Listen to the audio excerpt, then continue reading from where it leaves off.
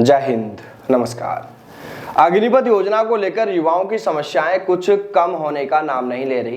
क्योंकि अभी तक भी भाजपा सरकार की ओर से आधिकारिक तौर पर ऐसा कोई अनाउंसमेंट नहीं किया गया है जिससे युवाओं को उनका हक मिल सके, सभी अग्निवीर सेना में पक्की नौकरी पा सके। लेकिन चुनावों को लेकर सरकार ने इस बार एक बड़ा तीर चलाने की कोशिश जरूर की है, लेकिन वो तीर निशाने पर लगा है या नहीं ये तो अब 8 अक्टूबर को ही पता चलेगा, क्योंकि कल यानी 5 अक्टूबर को हरियाणा में विधानसभा चुनावों की वोटिंग होनी है और 8 अक्टूबर को चुनावों के परिणाम सामने आ जाएंगे। तो वहीं जम्मू कश्मीर में वोटिंग हो चुकी है और उसके परिणाम भी इसी दिन आएंगे। देखिए, सरकार ने इस बार चुनावों को लेकर जो बड़ा तीर चलाया है वो ये चलाया है, केंद्रीय गृह मंत्री अमित शाह ने अपने भाषण में कहा है कि सभी अग्निवीरों को 4 साल बाद पेंशन वाली नौकरी दी जाएगी। इससे पहले वो एक बार यह भी कह चुके हैं कि एक भी अग्निवीर बिना नौकरी के नहीं रहेगा, और इस बार उन्होंने चुनावी सभाओं में भाषण में कहा है कि 4 साल बाद जो भी अग्निवीर वापस लौटेंगे उन तमाम अग्निवीरों को पेंशन वाली सरकारी नौकरी दी जाएगी।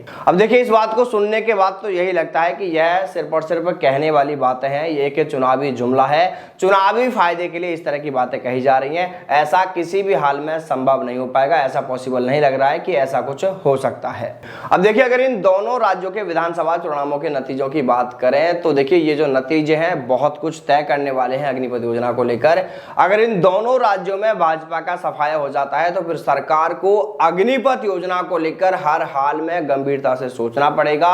बार बार उसे चुनावों में नुकसान न उठाना पड़े। इसलिए यह भी हो सकता है कि भाजपा सरकार फिर इस अग्निपथ योजना को ही वापस ले जाने पर भी विचार विमर्श करे। देखिए, इस योजना का नुकसान सिर्फ अभी के समय में नहीं, बल्कि जितना ज्यादा समय होता जाएगा उतना ही सरकार को नुकसान बढ़ता चला जाएगा, क्योंकि जितने भी युवा सेना में अग्निवीर बन रहे हैं, सेना में जाने के बाद वहां उनके साथ में क्या हो रहा है, वो कितने परेशान हैं, वो उसे देखते हुए किसी भी हाल में भाजपा को वोट नहीं देंगे और अपने घर वालों को भी यही कहेंगे कि भाजपा को गलती से भी वोट मत देना। और जैसे जैसे सेना में अग्निवीरों की संख्या बढ़ती चली जाएगी, अग्निवीर बढ़ेंगे, उनके परिजन और जो युवा 4 साल बाद सेना में परमानेंट नहीं हो पाएंगे, वो अपने घर लौट जाएंगे, तो वो युवा और उनके परिवार वाले भी शायद हो सकता है भाजपा को कभी वोट ना करें। यानी ये जो भाजपा वाले कह रहे हैं ना कि सेना को यंग बनाने के लिए हम इस योजना को लेकर आए हैं, इसे लागू किया गया है, तो अरे भाई थोड़ा सा समय और दीजिए, देखते जाइए। सेना तो देखिए हमारी पहले भी यंग थी, यंग है और यंग ही रहेगी, लेकिन इस योजना को लागू करने से भाजपा का बुढ़ापा जल्द देखने को मिल सकता है।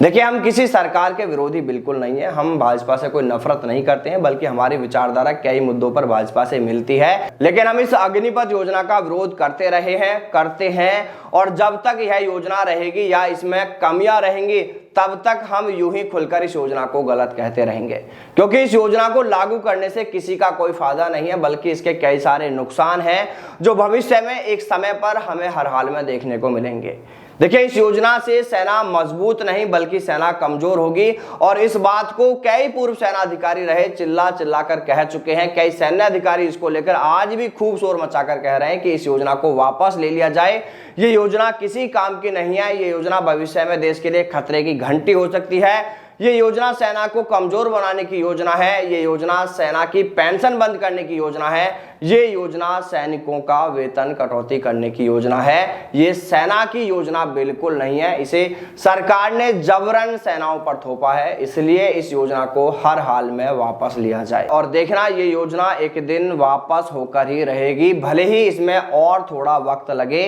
या फिर इस योजना के जो नियम है वो तमाम नियमों में बदलाव देखने को मिलेगा, जिन बदलावों की युवा लंबे समय से मांग कर रहे हैं। अब देखिए, फिलहाल तो यहाँ पर देखने वाली बात ये रहेगी कि आखिर 8 अक्टूबर को दोनों राज्यों के चुनाव परिणाम क्या कहते हैं, किसकी सरकार बनती है। आप सभी कमेंट करके जरूर बताएं कि आपको इन चुनावों को लेकर क्या लगता है, इन चुनावों में किसकी जीत हो सकती है, आप किसकी सरकार बना रहे हैं, आपकी राय कमेंट करके जरूर बताएं। जय हिंद, जय भारत,